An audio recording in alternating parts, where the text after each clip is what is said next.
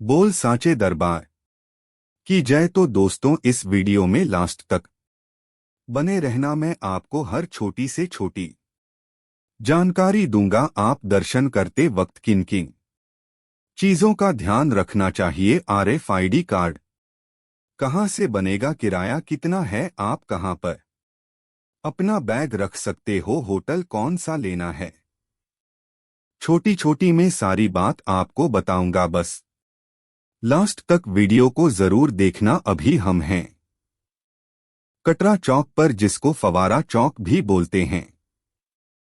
और आप कहीं से भी आ रहे हो, किसी जगह से भी आ रहे हो, चाहे आप जम्मू उतरो, चाहे आप कटरा उतरो, चाहे आप अपनी गाड़ी लेकर आ रहे हो, चाहे आप बस से आ रहे हो, आपको आना है यहीं फवारा चौक, कटरा का मेन चौक, जिसको मेन आइकॉनिक चौक भी बोलते हैं। तो यहां तक आने के लिए आप बस या ट्रेन से आ सकते हो। ट्रेन आपको कटरा स्टेशन, जो कि यहां से केवल 2 किमी दूर है, या जम्मू स्टेशन, जो कि यहां से 55 किलोमीटर दूर है, वहां तक के लिए मिल जाएगी। कटरा स्टेशन से यह चौक केवल 2 किलोमीटर है, तो आप केवल इसी स्टेशन को ज्यादा प्रेफर करें कि आपको कटरा तक की ट्रेन मिल जाए, और वहां से आप पैदल या 3 व्हीलर के रास्ते भी आप यहां तक चौक तक आ सकते हो।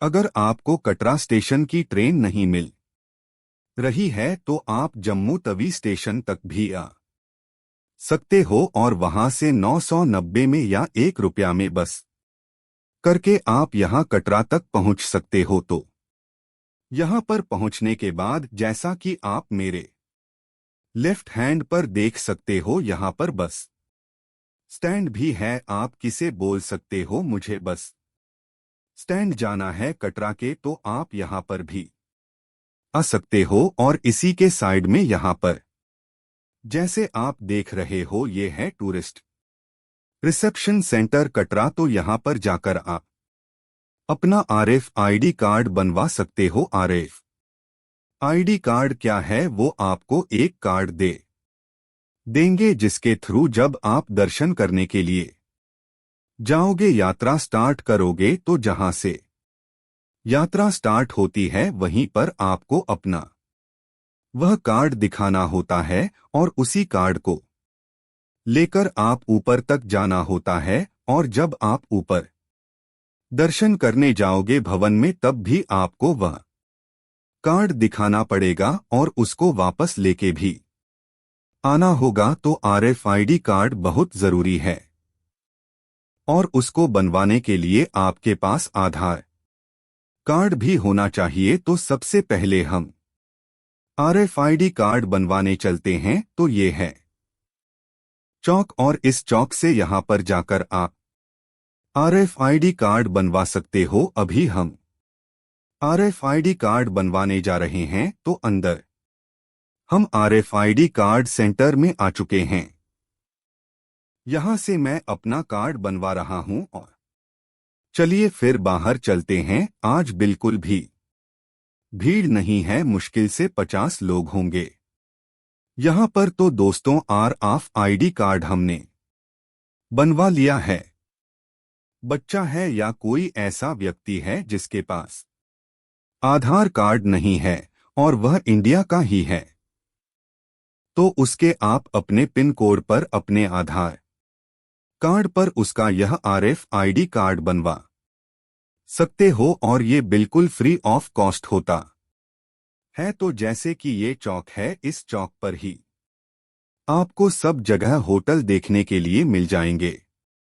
वो आपके ऊपर डिपेंड करता है, आपको कितना महंगा होटल लेना है और कितना सस्ता होटल लेना है। अभी हम होटल लेने जा रहे हैं, मैं उसके बारे में आपको जानकारी दूंगा। और यहाँ पर यह आपको रेस्टोरेंट वगैरह भी खाने के लिए मिल जाएंगे, और रहने के लिए होटल तो मैंने आपको बता ही दिया है। तो ये हमने एक होटल लिया है, पर पहुंचोगा वैष्णो देवी, जो आपका अपना पर्सनल नंबर होगा। अगर वो पोस्ट पेड नहीं है तो चाहे वो किसी भी नेटवर्क का हो, अगर वो आउटसाइड जम्मू का नंबर है तो बंद हो जाएगा। तो यहाँ पर आकर आप यात्री सिम भी ले सकते हो। इसकी जो वैलिडिटी रहेगी वो 6 महीने के लिए रहेगी, लेकिन वो जम्मू में ही चलेगी और ये आपको 200 रुपये और 300 की प्राइस पर मिलेगा। 200 रुपये के साथ आपको यहाँ पर 1 GB डाटा मिलेगा और 300 में आपको 2 GB डाटा मिलेगा। अनलिमिटेड कॉलिंग तो भाई जो आपका फवारा चौक है जहां से मैंने अभी आपको वीडियो दिखाई थी, वहां से अगर आप बाणगंगा जहां से यात्रा स्टार्ट होती है वहां जाओगे तो लगभग 225 किलोमीटर पड़ेगा। तो उससे अच्छा है आप पैदल जाओगे, फिर आप 16 किलोमीटर की चढ़ाई करोगे तो अच्छा ही है। आप 3 व्हीलर कर ले, 100 रुपये में आपको ये बाणगंगा तक छोड़ देगा। चाहे आप 3 लोग हो या 4 लोग हो तो इससे यह फायदा है कि जैसे हम पहले वहां जाएंगे, यहां से पैदल जाना 2.5 किलोमीटर, फिर उसके बाद चढ़ाई करनी है तो हमारे 2.5 किलोमीटर बच जाएगा। है दोस्तों, हम पहुंच चुके हैं बिल्कुल पॉइंट पर और यहां से यह वो जगह है जहां से यात्रा स्टार्ट होती है। और मैं आपको इस वीडियो में यह भी बताऊंगा कि मुझे यहां से अर्धकुंवारी तक पहुंचने में कितना टाइम लगा। टोटल यहां से भैरव बाबा तक पहुंचने में कितना टाइम लगा। तो चलिए अब आगे चलते हैं और यहां से यात्रा स्टार्ट होती है और यह है फ्रिस्किंग पॉइंट, जहां से आपके सारे बैग्स की चेकअप होगा और कैमरा आपको भी अलाउ नहीं है, तो आप केवल फोन ले जा सकते हो। तो चलिए अब एंट्री कर लेते हैं। तो नीचे से जो आपको मंदिर दिखाई दे रहा है यह दूर, यह है गर्भजन गुफा का मंदिर, जिसे अर्धकुंवारी के नाम से बोला जाता है और यही हमारा पहला स्टॉप होने वाला है। तो चलिए चलते हैं। तो भाई जैसे ही आप एंट्री करोगे, एंट्री करते ही ऐसा नजारा आपको कुछ देखने के लिए मिलेगा और इमरजेंसी केस में एम्बुलेंस भी चलती है। भगवान करे किसी को उसकी जरूरत ना पड़े। तो भाइयों, जैसे ही आप अंदर घुसो आपको दुकान देखने के लिए मिल जाएगी। देखो कितनी बढ़िया दुकान है, फोटो खिंचवा सकते हो आराम से। मस्त, देखो कितनी प्यारी जगह बनाई हुई है।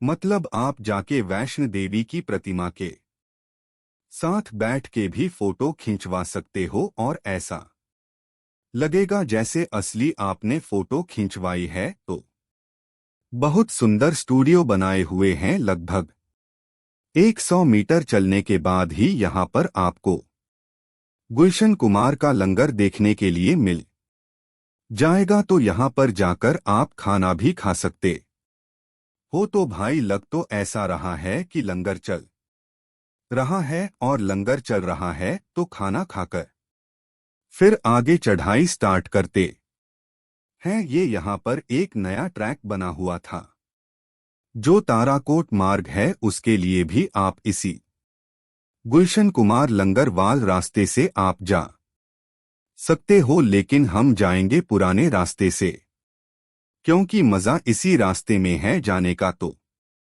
भाई मैं घोड़े का प्राइस भी आपको बता देता हूँ। अगर आप यहाँ से एक तरफा यहाँ से अर्ध कुंवारी जाओगे तो आपको 500 रुपये देने पड़ेंगे घोड़े से एक आदमी के, और उसे आ गया आप बैटरी कार लेके जा सकते हो। लेकिन अगर आप बोलोगे कि मुझे भवन तक ही जाना है तो आपको 1000 रुपये देने पड़ेंगे यहाँ से भवन तक। तो अगर आपको पालकी में जाना है, जैसे कुछ लोग ऐसे होते हैं, इतने बूढ़े होते हैं कि वो घोड़े पे भी नहीं बैठ सकते और ना ही पैदल चल सकते हैं, तो वो पालकी में बैठ के जा सकते हैं। 4 लोग उनको बिठा के ले जाते हैं, इसको पालकी में और इसको यहां से लेके। अगर आप अर्धुकारी तक जाओगे तो 5,000 रुपये चार्ज होगा, और अगर आप भवन तक जाओगे तो चार्ज होगा। और याद रखना, यह एक तरफा होगा। अगर आपको उधर से वापस आना है तो उसके लिए आपको सेम प्राइस चार्ज करेंगे। बाकी सरकारी प्राइस होते हैं। अगर आप चाहो तो यहाँ स्क्रीनशॉट ले सकते हो। बोलो जय माता। माता दी। सारे बोलो जय माता दी। जय माता दी। आवाज नहीं आई। जय माता दी। आवाज आ गई। जय माताज बोल साचे दरबार की जय। और भाई, अभी तक मैं जितनी बार भी यहाँ पर आया हूँ, सबसे कम भीड़ मुझे आज देखने के लिए मिली है। और इस भीड़ कम होने का एक और फायदा है, 14 जनवरी के बाद यहाँ के जो भवन की मेन गुफा है वो ओपन हो जाती है श्रद्धालुओं के लिए। और आज भीड़ बहुत ज्यादा कम है, तो आशा करते हैं कि हमें भी वो गुफा ओपन मिलेगी। हालांकि जब भीड़ ज्यादा होती है तो उसको बंद कर देते हैं। चलिए अब बाणगंगा चलते हैं। वहां पर नहाने के बाद हम दोबारा यात्रा स्टार्ट करते हैं। जय माता दी। जय माता दी। चढ़ाई करते वक्त नीचे से लेकर ऊपर तक हर 100 मीटर 50 मीटर पर आपको खाने के लिए होटल्स मिल जाएंगे, फास्ट फूड की दुकानें मिल जाएंगी, कोल्ड ड्रिंक, आपको हर तरह का सामान यहां पर मिल जाएगा। किस चीज की भी टेंशन लेने की जरूरत नहीं है। अगर आपके साथ 2-3 साल से लेकर 5 साल तक का बच्चा है तो आप यहां से यह ट्रॉली किराए पर ले सकते हो। ये आपको अपना बंदा भी देंगे जो उस बच्चे को लेकर ऊपर तक जाएगा, जिसका कॉस्ट यहां पर 3,000 रुपये है। अगर आप खुद से ट्रॉली ले जाना चाहते हो तो उसका कॉस्ट आपको केवल 500 पड़ेगा। लेकिन उसमें एक दिक्कत है कि जब आप भवन पर पहुंच जाओगे ट्रॉली को लेकर की ट्रॉली आपको अपनी सिक्योरिटी पर ही कहीं सेफ खड़ी करनी पड़ेगी। और अगर आपके साथ 2 फैमिली हो तो एक फैमिली ट्रॉली को देख सकती है और एक फैमिली दर्शन करने जा सकती है।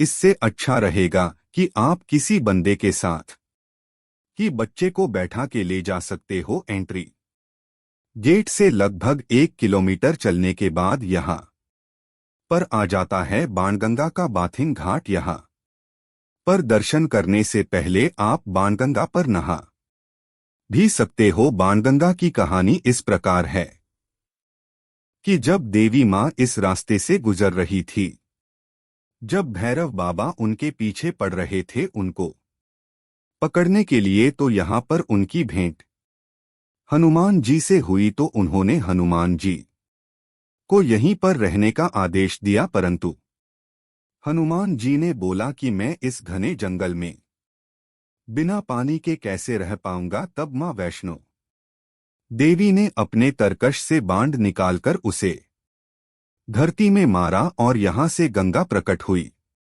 और इसके बाद हनुमान जी ने पानी पिया और माता ने अपने केस धोए। तो यह तो बाणगंगा घाट। और चलिए चलते हैं चरण पादुका की तरफ। तो भैया, भक्तों की भीड़ बिल्कुल ही कम है। आज यह देखिए, सब कुछ बिल्कुल खाली पड़ा है। और हम जैकेट वगैरह उतार के निकले थे, हमने बैग में डाल ली थी। हमें पता था सर्दी कितनी भी हो, जब चढ़ाई करेंगे तो पसीने आ जाएंगे, तो अंदर से बिल्कुल गीले हो चुके।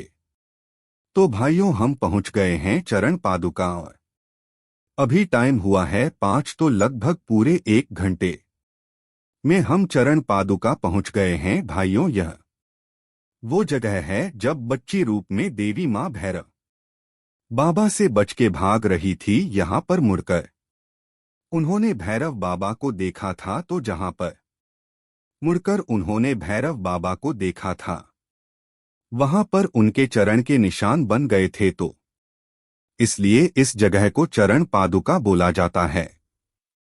तो चलिए अंदर के दर्शन कर लेते हैं फिर आगे चलते हैं तो भाई इतनी ज्यादा गर्मी है यहाँ पर। खैर वैसे हल्की सी ठंड तो है लेकिन चलने से बहुत हल्का चलने में पता भी नहीं चल रहा कि ठंड का माहौल है भी नहीं बिल्कुल। गर्मी गर्मी बिल्कुल बाकी पसीने में तर हो गए हैं नहीं बहुत नॉर्मल मौसम है बहुत अच्छा लग रहा है। हाँ जी बाकी ऊपर जाके पता चलेगा तो भैया यह सब हमारे दोस्त हैं। इन्हीं के साथ हम यह वैष्णो देवी के दर्शन करने आए हैं और जब भी कहीं दर्शन करने जाओ दोस्तों से अच्छा कुछ नहीं होता। जिनके साथ दर्शन करे जाए तो सब एक बार बोल देंगे जय माता दी जय जय माता दी जय माता दी भाई जय माता दी माता जय।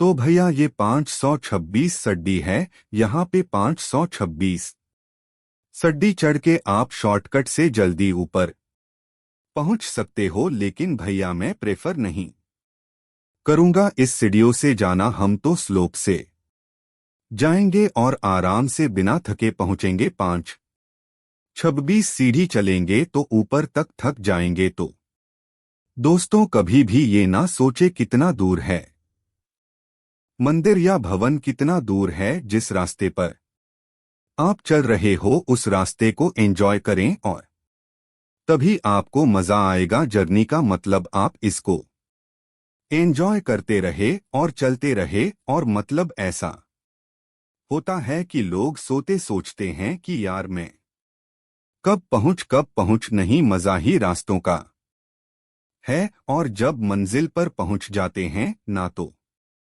उसके बाद यह लगता है कब घर चले कब घर चले।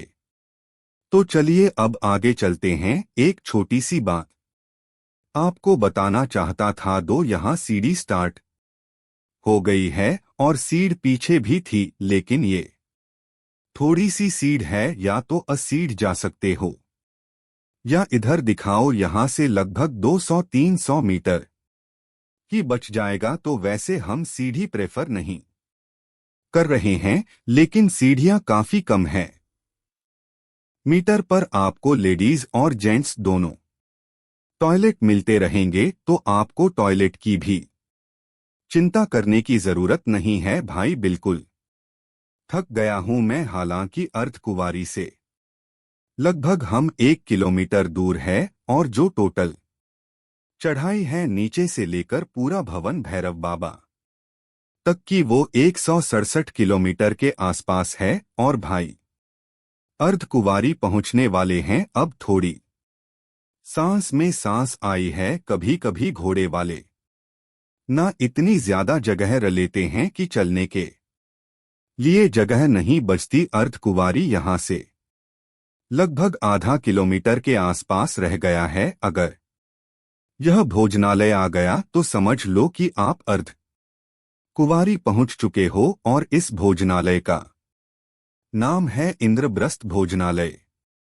और मैं आपको यहाँ की रेट लिस्ट में दिखा देता हूँ। और अंदर से भोजना कुछ इस तरह का दिखता है। यहाँ पर काफी लोग खाना खा रहे हैं। तो भाई अर्धकुंवारी से बिल्कुल लगभग आधे किलोमीटर पहले उधर इंद्रप्रस्थ भोजनालय है। और इंदले के सामने ही आपको बोर्ड मिल जाएगा। इस बोर्ड पर अगर इस तरफ जाओगे जो हाथी मत्ता दिखा रहा है।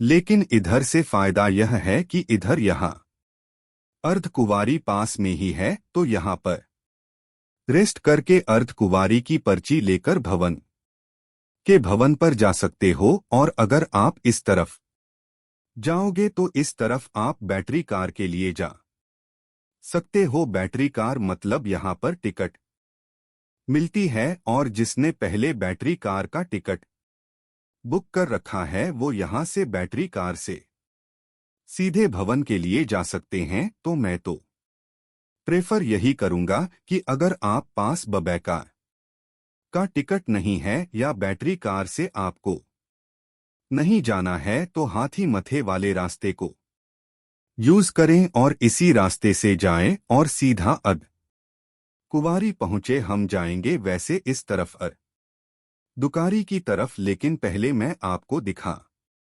देता हूं कि बैटरी जो कार मिलती है वो कहां से मिलती है। बस जैसे हम इस तरफ मुड़ थोड़ा सा ही मुश्किल से आपको 10 कदम चलना पड़ेगा तो भाई यहां से लोग लगे हुए हैं लाइन में, और यहां से लोग पर्ची कटवा लेते हैं। 354 की यहां पर टिकट कटती है बैटरी कार की, और जैसा कि आप देख रहे हो अभी भी लोग यहां पर लाइन में लगे हुए हैं। तो यह पर आप देख सकते हो ये बैटरी कार टिकट काउंटर है। तो ये वेटिंग लिस्ट लगी हुई है, यहां पर लोग वेटिंग लिस्ट में बैठे हैं, और जिनका नंबर आता रहेगा ये बैटरी कार चार्जिंग पर लगी हुई है, और जिसका नंबर आता रहेगा वो बैटरी कार में बैठ के जाता रहेगा। तो भैया वहां बैटरी कार हमने उस तरफ दिखाई थी आपको, लेकिन हम जा रहे हैं इस तरफ। इस तरफ से अर्धकुंवारी पास पड़ेगा भाई। इतना प्यारा नजारा मैं आपको दिखाता हूं। नीचे का जबरदस्त मेरे पीछे देख रहे हो, रात में तारे चमक रहे हो, और दुकरी बिल्कुल हम पहुंच चुके हैं। और अर्धकुंवारी से पहले कुछ दुकानें हैं, तो भाई अर्धकारी जैसे ही आप पहुंचोगे यहां पर आपको सागर रत्ना आरती भोजनालय, बीवी ट्रेडर्स भोजनालय, और आपको मैगडी, तो इसी तरह के आपको बड़े बड़े रेस्टोरेंट यहां पर देखने के लिए मिल जाएंगे। आप यहां पर आकर खाना खा सकते हो और आराम से थोड़ा सा रेस्ट कर सकते हो। तो काफी भूख लगी हुई थी, तो हम अंदर आकर बैठ गए हैं और खाना ऑर्डर कर दिया है। और मेरे साथ के सभी दोस्त जो भी वैष्णो देवी मां के दर्शन करने आए थे, सब खाना खा रहे हैं। खाना एंजॉय करने के बाद हम निकल चलेंगे अर्धकुंवारी मंदिर की तरफ। तो बिल्कुल मंदिर पर हम आ गए हैं। यहाँ पर काफी श्रद्धालु बैठे हुए हैं, आराम भी कर रहे हैं। आगे चलकर आपको मंदिर दिखाता हूँ। और भैया यहाँ पर भी आपको पानी देखने के लिए मिल जाएगा। जगह जगह पर हर 100 मीटर पर आपको पानी यहाँ पर उपलब्ध है पीने वाला, और इधर आपको टॉयलेट यहाँ पर मिल जाएगा, लेडीज और जेंट्स दोनों, और रुकने के लिए जगह है बिल्कुल। और सामने ये है ही आपके गर्जन गुफा, और इस गुफा से रिलेटेड कुछ जानकारी मैं यहाँ स्क्रीनशॉट में दिखा रहा हूँ। आप पहुंच कर पूरा पढ़ सकते हो। तो इसी मंदिर के नीचे जो गुफा है, उसी मंदिर में देवी मां ने 9 महीने छिपकर यहाँ पर समय बिताया था। पीछे आप देख रहे हो जो यह गर्जन गुफा है, और यहाँ पर दर्शन करने के लिए आपको पर्ची लेनी पड़ती है। और पर्ची लेने के लिए जो अभी नंबर चल रहा है, वो नंबर चल रहा है 300, और उसके लिए हम पर्ची लेनी पड़ती है दर्शन करने के लिए। तो वो मैं आपको बताऊंगा पर्ची आपको कहां से मिलेगी। और अभी टाइम हो रहा है 8 बज गए हैं, और हमने नीचे से स्टार्ट की थी यात्रा 4 बजे, तो हमें पूरे 4 घंटे हो गए हैं अर्धकुंवारी पहुंचने में।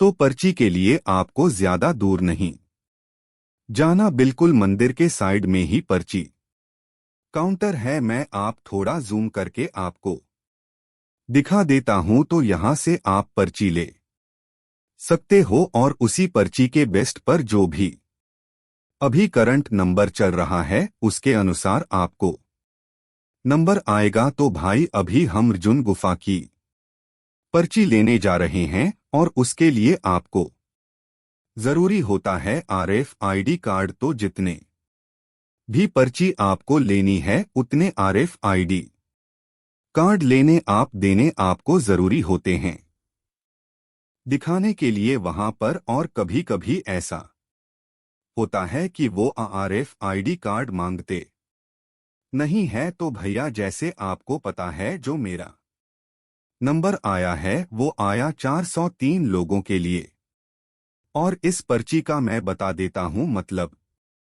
क्या है जैसे कि वहां पर 300 नंबर चल रहा था और हमारा आया 401 नंबर में 50 लोग होते हैं, यानी कि जब 301 नंबर आएगा तो उसमें 50 लोग अर्धुकारी के दर्शन करने जाएंगे, यानी कि गर्जन गुफा के दर्शन करने जाएंगे। और ये ऐसे भी हो सकता है कि जो 50 लोग हैं उनमें से 10 लोग नहीं आए या 10 लोग लेट हो गए तो वो 30 लोग बचे, तो फिर दूसरा नंबर भी उसमें ऐड कर देते हैं। तो ऐसे ही हमारा जो नंबर है 400 तो 150 इतने लोगों के बाद हमारा नंबर आएगा, तो लगभग हमारा नंबर आएगा यहाँ पर 5 घंटे बाद। और 5 घंटे हम यहाँ वेट ना करके हम जा रहे हैं भवन पर दर्शन करने के लिए। और फिर भैरव बाबा के दर्शन करके हम आते वक्त यहाँ पर हमारा नंबर आ जाएगा और यहाँ पर हम फिर अर्धकुंवारी के दर्शन कर लेंगे गर्जन गुफा के। तो भाई सामने जो मेरी लाइन देख रहे हो ना, ये है ब्लैंकेट की लाइन, यानी कि जो लोग कंबल नहीं लाते हैं घर से और यहाँ पर आराम करना चाहते हैं, तो वो यहाँ पर 100 रुपए पर कंबल देकर, यानी कि आपको 10 कंबल चाहिए तो आप 1000 रुपए यहाँ पर जमा करो और 10 कंबल ले जाओ। और यहाँ पर जाके सामने भगवती भवन में या साइड वाले भवन में या वहां पर एक जगह है बीच में, वहां जाके आप आराम कर सकते हो, पूरी रात कंबल को उड़ सकते हो। सुबह आ कंबल को वहीं स्टोर में जमा कर, 2 स्टोर भी मैं आपको दिखा दूंगा और यहां लाकर उस पर्ची को दिखा दो, सुबह आपको वो पैसे वापस मिल जाएंगे। तो इस तरह से फ्री ऑफ कॉस्ट आप कंबल को यूज कर सकते हो पूरी रात। और यह है भाई आपका कंबल स्टोर। वहां से पर्ची कटवाने के बाद उस पर्ची को यहां दिखाओ और यहां से आपको कंबल मिल जाएगा। फिर सुबह आप उसको यहीं जमा कराओ और जमा कराने के बाद यहां से जो स्लिप मिलेगी उसको वहां जाके दिखाओ, आपको पैसे वापस हो जाएंगे। और ये कंबल स्टोर है बिल्कुल आपको गर्भ जन गुफा के सामने। और भाई एक बड़ी चीज मैं आपको बताना चाहूंगा, जब अकरी जाते हो 2 रास्ते जाते हैं ऊपर जाने के लिए, एक तो यह वाला और एक यह टनल से होते हुए। तो हमेशा याद रखना आपको टनल से होते हुए ही भवन के दर्शन करने के लिए जाना है, ना कि आपको यह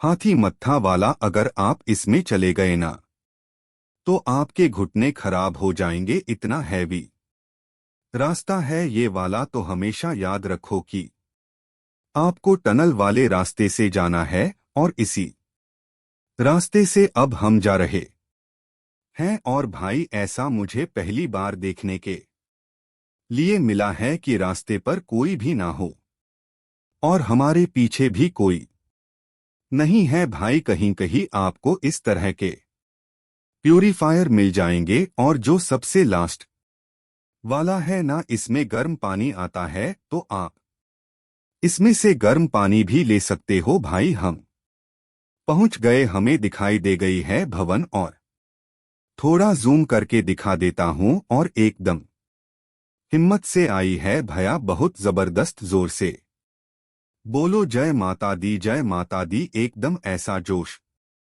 सा आया है, ना जान आ गई है पैरों में। अब हमें भवन दिख गया है, तो बस 5-10 मिनट में पहुंच जाएंगे। अब यह हर कदम के साथ हम देवी मां के भवन के पास आते जा रहे हैं और बड़ा आराम आंखों को मिल चुका है। हाँ, बस पहुंच ही गए हैं अब। और जैसे हम पास पहुंचे हैं, यहां भीड़ बढ़ गई है। और जैसा कि अब में देख रहे हो, जो नीचे से बच्चों को लाते हैं वो बच्चों को यही उतार देते हैं या उनको वेट करते हैं। फिर तो भाई अभी टाइम हो रहा है 1043 मिनट। तो हमें नीचे बाणगंगा से भवन तक आने में पूरा टाइम लगा, 6 घंटे 43 मिनट तो 6 घंटे 4 मिनट में हम यहाँ भवन पर पहुंच गए हैं। अभी दर्शन करने में टाइम लगेगा और फिर भैरव भाव पर जाने में भी टाइम लगेगा। यहाँ पर एटीएम मिल जाएगा आपको बिल्कुल भवन के पास। अगर आपको पैसे वगैरह निकालने हैं कभी भी आओ तो पार्वती भवन है यहाँ पर आप अपना लॉकर में सामान भी रख सकते हो और इसी के सामने से आपको प्रसाद भी मिल जाता है नारियल के साथ। और इसी के सामने भवन है तो सबसे बेस्ट जगह है।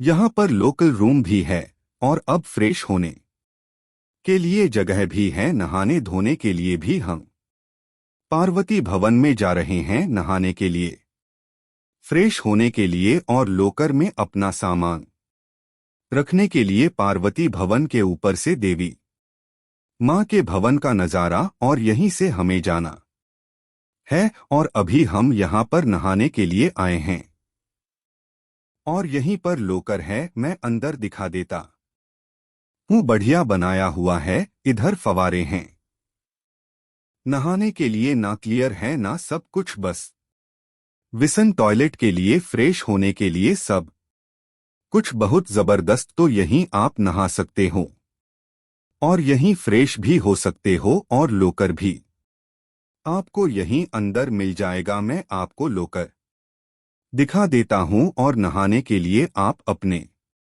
कपड़े इन लॉकर में रख सकते हो। नहाने के कपड़े रखने के लिए नहाने के बाद जब आपके कपड़े आपको मेन लॉकर रखने पड़ेंगे तो इससे नीचे वाली मंजिल में जाना पड़ेगा जहां पे आपको लॉकर मिल जाएगा ना साफ शुद्ध सब कुछ। नहाने का धोने का प्लान यहाँ पे बढ़िया कहीं नहीं है और फीमेल के लिए भी नीचे है। इस फ्लोर से जस्ट नीचे फीमेल के लिए भी बाथरूम, टॉयलेट और नहाने का है सब कुछ और लॉकर भी वही मिल जाएंगे। पानी इतना ठंडा है कि इस जगह का नाम सुसाइडल पॉइंट रख देना चाहिए, मतलब माइनस में पानी चल रहा है। बिल्कुल जान निकल गई। हम में से एक दोस्त ऐसी पिन्नी ले आया था पैर में बांधने वाली, हमने जुराब के ऊपर पहन ली है डबल डबल। तो इस तरह जूते जैसा काम कर रहे हैं क्योंकि जूते अलाव नहीं है भवन में जाने के लिए। भाई ये है लॉकर इसी भवन में और यहाँ 100 आप एंट्री जमा करनी पड़ेगी सामान रखने के लिए और फिर वापस रिफंड हो जाएंगे। पता है यहाँ पहुँचने में ज्यादा टाइम नहीं लगता है, मतलब जैसे हम 6:30 घंटे में पहुँच गए थे, लेकिन नहाने में, कपड़े चेंज करने में, तैयार होने में यहाँ पर टाइम लग जाता है। तो भैया तैयार हो गए हैं और दर्शन के लिए चल रहे हैं और अभी मुझे फोन रखना पड़ेगा क्योंकि फोन अलाउ नहीं है। तो बस मैं दर्शन करके आता हूँ। तो दोस्तों दर्शन बहुत अच्छे हुए। दर्शन करके हम आ गए हैं और ठंड लग गई थी बहुत ज्यादा। उसके पीछे की वजह थी यह कि क्योंकि हमारा नंबर आने वाला था 5 मिनट के अंदर और तभी के तभी वहां पर जो गुफा थी भवन की वह ओपन हो गई और उसमें फिर हमारा नंबर आया। 1.5 घंटे बाद हम लाइन में बैठ रहे नंगे पैर, मतलब खड़े रहे और वह ठंड इतनी चढ़ गई कि पूरे शरीर में ठंड लग रही है। और उसके बाद जब हमारा नंबर आया तो जो गुफा थी वो बंद हो गई। तो हमने फिर नॉर्मल दर्शन किए। तो जैसा कि दर्शन करते करते हमें बहुत लेट हो गया था तो सुबह के पाबस गए थे हमें रेस्टोरेंट में बैठ के चाय पीते हुए। तो हमने सोचा कि 2 घंटे और वेट कर लेते हैं और आराम से फिर रोपवे के थ्रू ही भैरव बाबा के दर्शन करने चलेंगे। तो हमने सुबह तक का फिर वेट ही कर लिया। तो दोस्तों सुबह हो गई, सुबह के 7:30 बजे हैं। ये तो लेफ्ट हैंड पे लोग हैं ऑनलाइन लाइन वाले जिनने ऑनलाइन बुकिंग की और राइट वाले ऑफलाइन के और ऊपर से हमें जाना है इसी रास्ते से होकर जहां से हम रोपवे तक जा सकते हैं। 100 रुपए की इसकी टिकट है और 100 रुपए में ही आप यहां से भवन से भैरव बाबा तक जा सकते हो और दर्शन करके वापस भी भैरव बाबा से नीचे तक 100 रुपए के अंदर ही आ सकते हो। लाइन बहुत लंबी है लेकिन टेंशन लेने की जरूरत नहीं है क्योंकि जो रोपवे कार है वो बहुत बड़ी है और एक ही बार में उसमें 60 से 70 लोग आ जाते हैं। तो अगर कितनी भी भीड़ हो तो ज्यादा से ज्यादा आपको 20 मिनट ही लगेंगे ऊपर पहुंचने में। तो चलो चलते हैं। रोपवे के थ्रू जिस रोप से हम आए हैं उसने हमें भैरव बाबा से लगभग 100 मीटर दूरी उतारा है। तो दोस्तों हम बिल्कुल पहुंच चुके हैं भैरव बाबा के मंदिर पर। यहां पर एक बहुत बड़ी एलईडी लगी हुई है, ये ग्रिल बनी हुई है। यहां से इस ग्रिल से दर्शन करने के लिए लोग चले जाते हैं और मेरे पीछे का व्यू देखोगे तो इतना जबरदस्त व्यू है यहां पर।